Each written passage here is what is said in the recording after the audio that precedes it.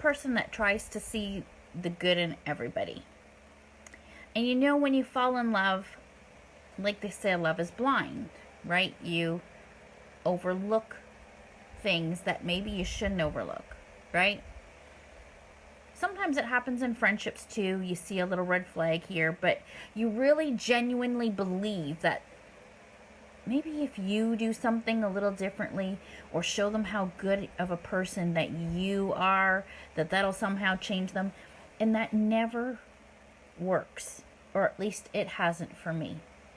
I guess the moral of the story is you shouldn't be trying to change people. You need to accept them how they are.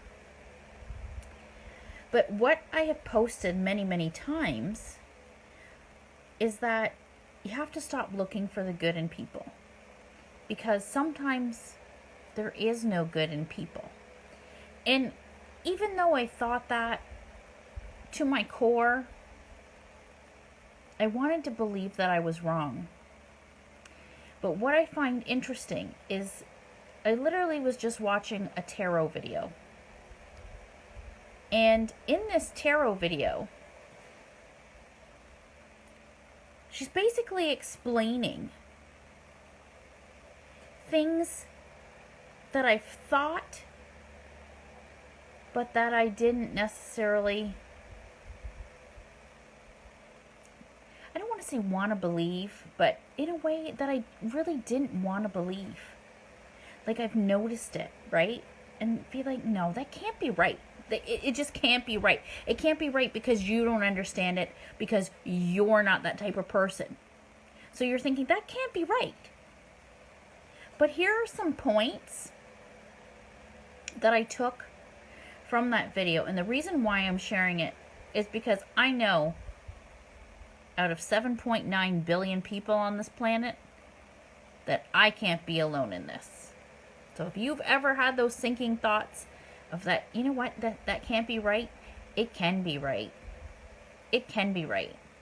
You just don't want to believe that it's right because that logically doesn't make sense to you, because that would mean that somebody's just pure evil, pure mean, pure whatever it is. And you don't want to believe that because you're not like that. But we have to believe that other people are like that. And that sometimes there are no redeeming qualities in them. Do you know what I mean? So here's some of the things I took from that video.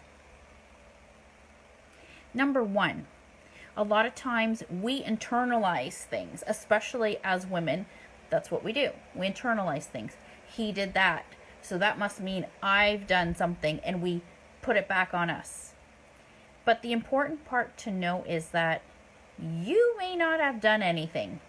You may not have done anything to trigger them. That could just be them.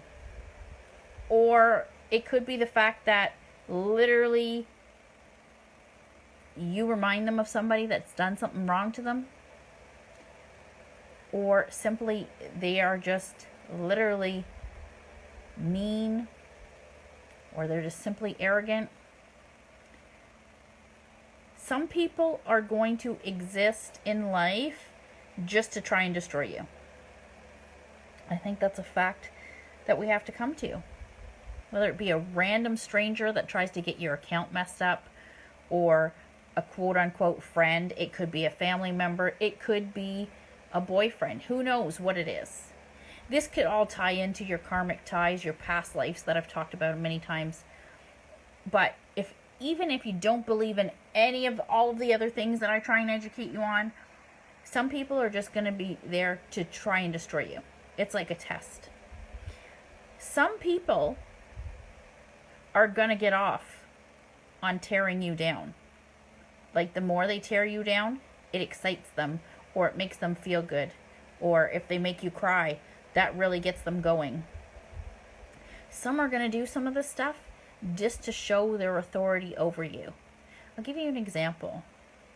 That somebody I used to date, he would purposely go and flirt and do shit online. And I didn't know he was doing it on purpose at first, right? But at one point in time, he sat there and he broke it down, and he literally told me, yeah, I did it to piss you off. I did it. And what I would notice is that it was some sort of fucked up way that when I would get triggered and I would get insecure or jealous or whatever word you want to use, those were the words he used, but to me it was disrespect. Whenever I would get in that negative kind of headspace about what he was doing and I'd get triggered or I'd get emotional or I'd react, he'd actually get off on it. And the reason why I think he got off on it was because in his sick, twisted mind, he literally thought that that meant I loved him or that showed how much I cared, even though he knew that anyway. But that kind of trigger and that kind of response that came out of me somehow fueled his fire. He probably was sitting there laughing his fucking ass off, knowing that I was pissed off or knowing that I was upset. Like, somehow that made sense in his mind. Like, oh my God, you know what? I followed, 5 new girls today, and that's really going to piss her off. And literally, whether that made him hard, whether that made him mentally stronger, I don't know. I'm not going to even try and understand it, because to me, I never did that. Some people, as she said, are just straight up sociopaths. Some are just straight narcissists. And the realm of sociopaths and the realm of narcissists is so wide and large, it's not even like we can put it into one category. Some people, she said, literally, you're just a sweet person. And because you're a sweet person, they're going to attack you. Whatever it is about that, they just don't like it, don't want to have it. Maybe because they know that they're not a sweet person, maybe because they know that they can't be sweet, they're going to attack you. Some are mean, some are arrogant, some are mean and arrogant, some are both. Some just walk around like their shit doesn't stink, and you know what? They just think that they're the greatest thing since sliced bread. And that's the end of that. She did bring up the fact that there could be childhood trauma there. So, this is the part that I thought was interesting. So she said because of this childhood trauma that they would have had, which, I mean, we all have, that they're seeking some sort of revenge on someone. So it could just be that they're just seeking revenge, period. It could be that somehow something you've done, or you look like, or you whatever, reminds them of the person that did the childhood trauma.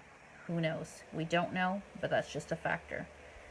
And then other than that, the fact that hurting people just makes them happy. And I'll give you another example, which was when I was in a relationship with a certain person. When everybody was happy in the household and that person came home, literally that person made it their mission to target every single person in the household, to pick on them, nag them, bug them, to totally bring them down and ruin their good mood. And it wasn't until everybody else in that household was miserable that that person now became excited and wanted to play. Oh, well, what's wrong with you? Oh, da-da-da-da. Wanted to play, wanted to have a good time. Now that that person had ruined everything for everybody that was already having fun. So I guess maybe in their mind, oh my God, I came home and everybody's having fun without me. I need to be the person that creates fun, so let me break down the fun that they're having, let me ruin it, and let me be the hero, and let me build the excitement back up. I'm not exactly sure. I've noticed that too. But anyways, I just wanted to share that with you guys, because even though, like I said, excuse me, even though I know, and I knew, and this seems to happen a lot, maybe because I overprocess things too much, or maybe because I'm always thinking, even though you know, sometimes hearing it differently and from an outside source so that you don't always just think it's you can help. So I hope this helps somebody somewhere along the way. If it does, give it a thumbs up, give it a like, give it a comment. Have a good night.